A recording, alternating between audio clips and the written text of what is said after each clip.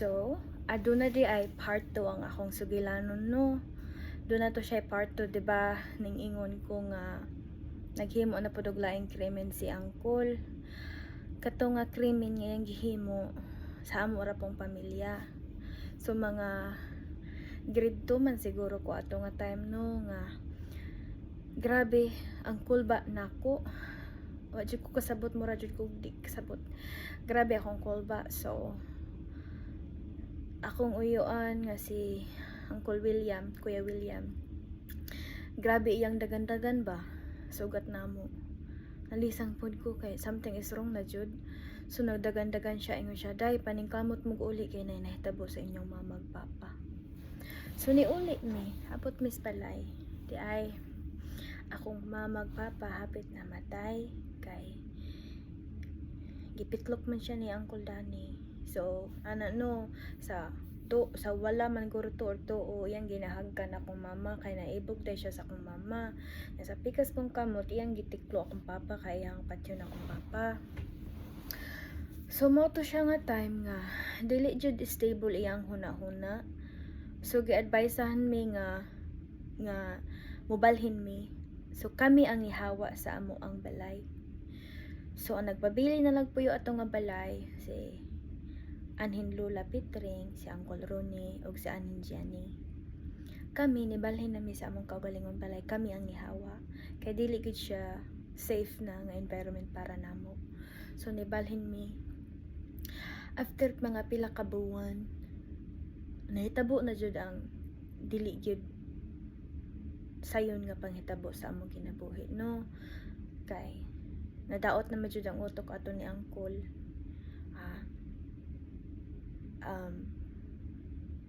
Iya man gi patay akong iyaan si Anhin Jenny niya, si Anhin Pitring daghan po siya samad ato nga time niya.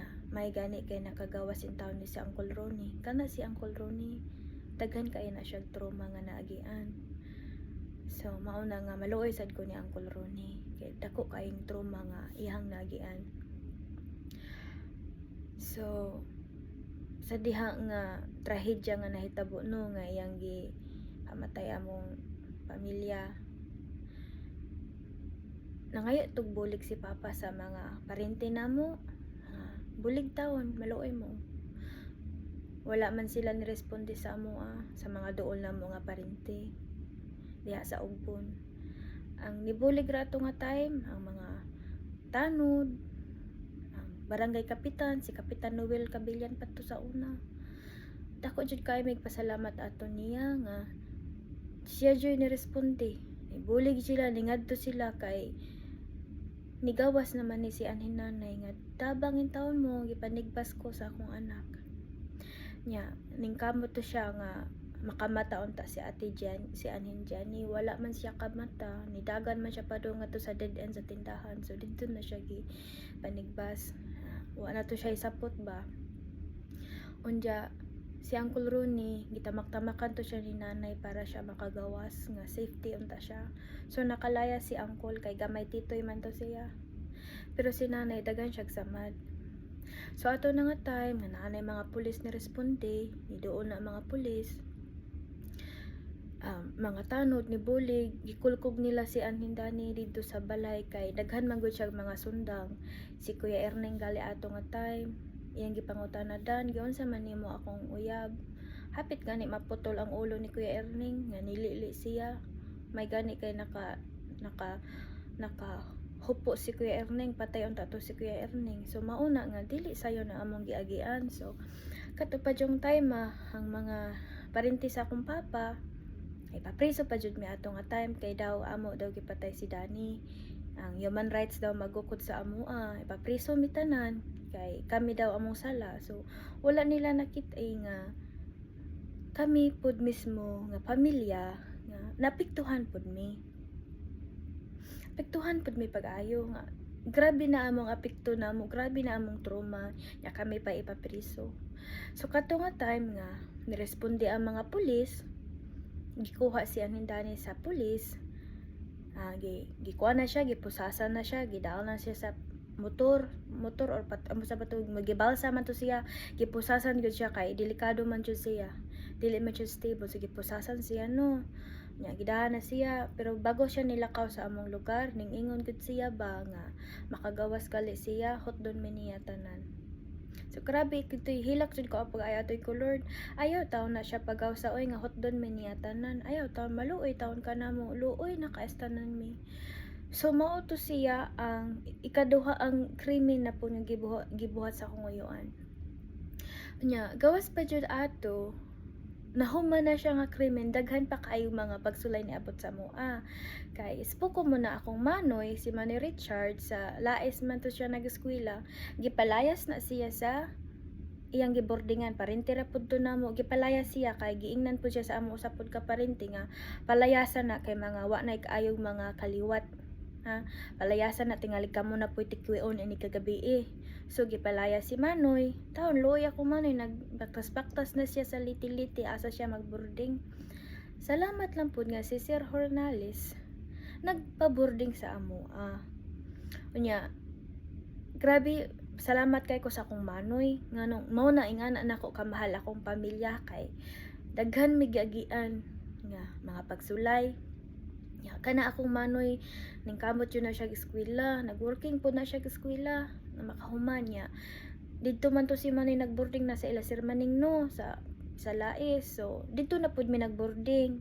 So daghan kay mig mga pagsulay nga giagian niya. Naabot na akong Manoy sa Palunpon sa PIT.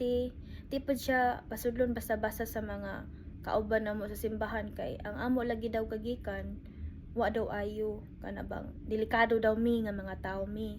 So wala gid to si Manoy basta-basta nakasulod og mga balay nga boarding house. Wala laglisod to si Manoy pangita og kapuy-an sa dihang nag-college siya tungod lagi sa amo mga kaagi nga ingana. Dili pud ko makabasol nga ingana ilahang sitwasyon kay dili pud ko makabasol kay nahitabo man jud nga krimen. So, ang sad lang kay ila man gi-generalize good mi nga ingana mi nga pamilya nga daot jud mi nga pamilya delikado mi. So, mura ra ba na siya ba sa bunga nga sa usa ka rawog naa jay daot. So, siguro to ang daot kay sa ako nang gikaingon sa akong una nga video wala man nasayod unsay iyang nga hitabo niya dito sa Manila kay dugay naman siya sa Manila. So, kami po sa akong pamilya, mauna siya ang pinakapait na mo nga kaagi. Na lubong mi sa utang, kay na hospital man to si aning nanay no, sa Naipitring, na hospital, daghan siya operasyon, pero wala gid siya nabuhi, namatay siya sa adlaw nga birthday sa akong uyuan nga si Uncle Ronnie. Muna nga, grabe kaayo ang akong kaluoy ni sa akong Uncle Ronnie nga ingana ang among giagian. Nangaprinda to ang yuta nila nanay, ni tatay nito, nangaprinda to kay wala jud may kwarta.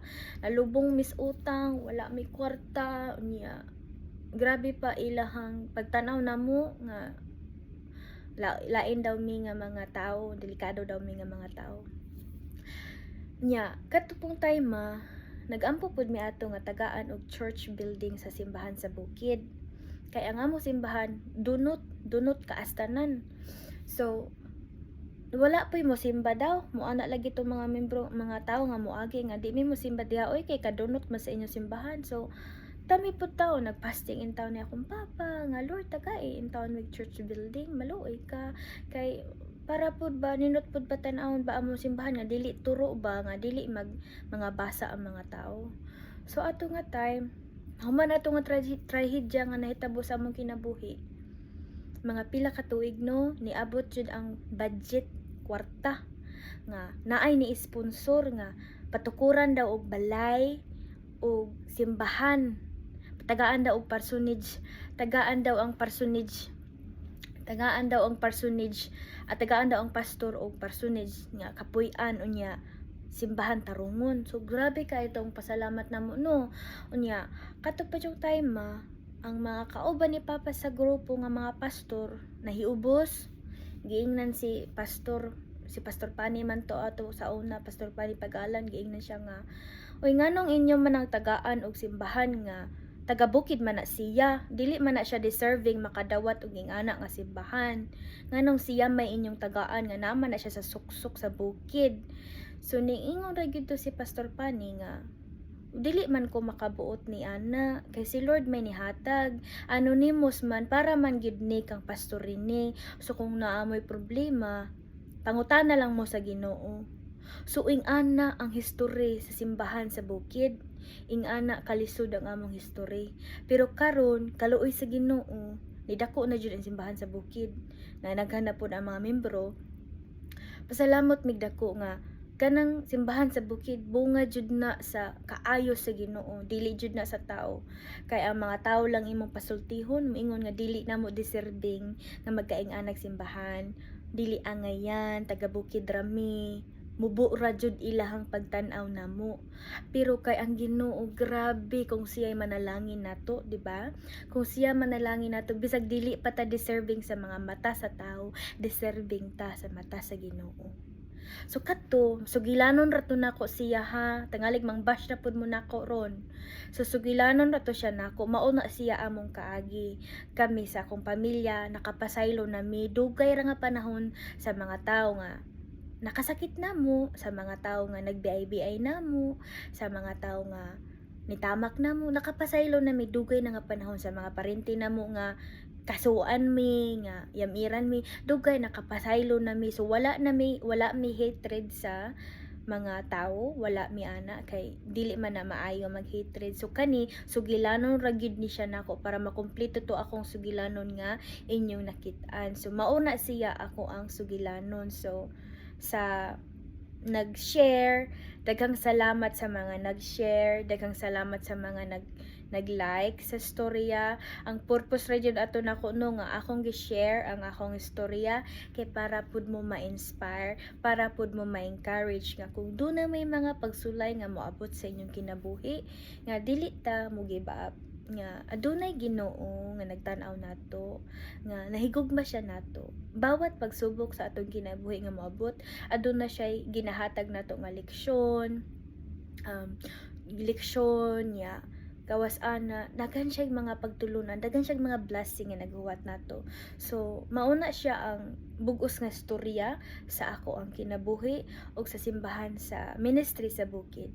Muna nga grabe ang akong pagpasalamat sa Ginoo nga sukad masukad wala jud na niya pasagdi ang ministry sa bukid.